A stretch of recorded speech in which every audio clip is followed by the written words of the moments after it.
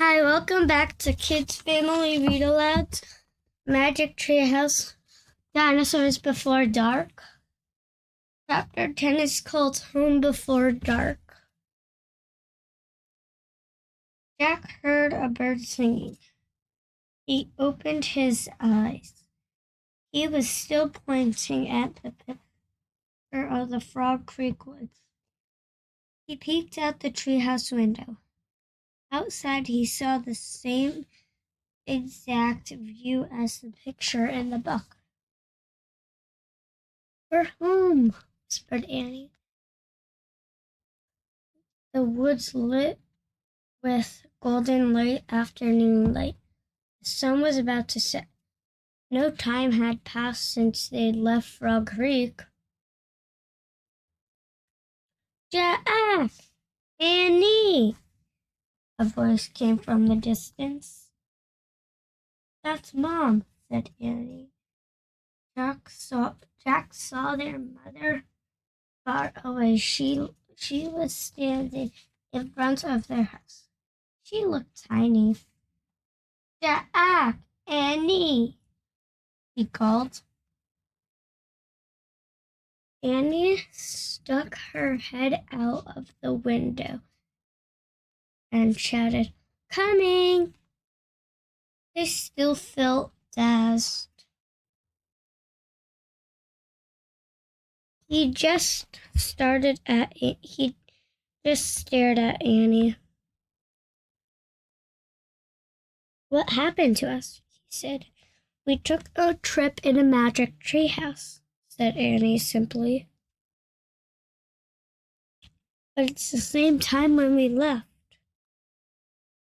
said Jack. And he shrugged.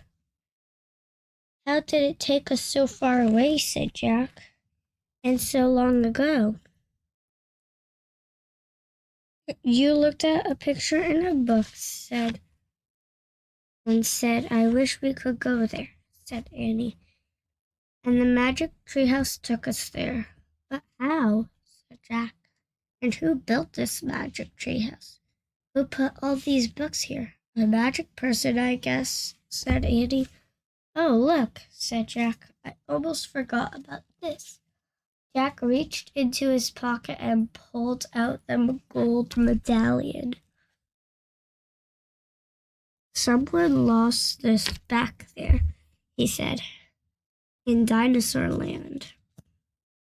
Look, there's a letter M on it." Annie's eyes got red. "Do you think M stands for magic person?" she asked. "I don't know," said Jack. "I just know someone went to that place before us." "Jack! Annie!" Their mom called again. "Coming!" Annie shouted again. Jack put the gold medallion back in his pocket. He pulled the dinosaur book out of his pack and put it back with all the other books. Then he and Annie took one last look around the trees. "Goodbye, house," whispered Annie. Jack slung his backpack over his shoulders. Annie started down the rope ladder. Jack followed. Seconds later, they hopped onto the grounds and they started walking out of the woods. "No one's going to believe our story," said Jack. "Let's not tell anyone," said Annie. "Dad won't believe it," said Jack. "We'll say it was a dream," said Annie. "Mom won't believe it," said Jack. "She'll say it's pretend." "My teacher won't believe it," said Jack. "She'll say you're nuts," said Annie. "We'd better not tell anyone," said Jack. "I already said that," said Annie. Jack sighed. "I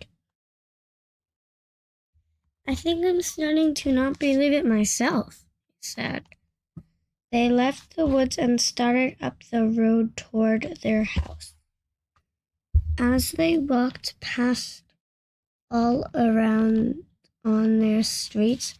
The trip to the dinosaur time did seem like more and more a dream. Only this word and this time seemed real.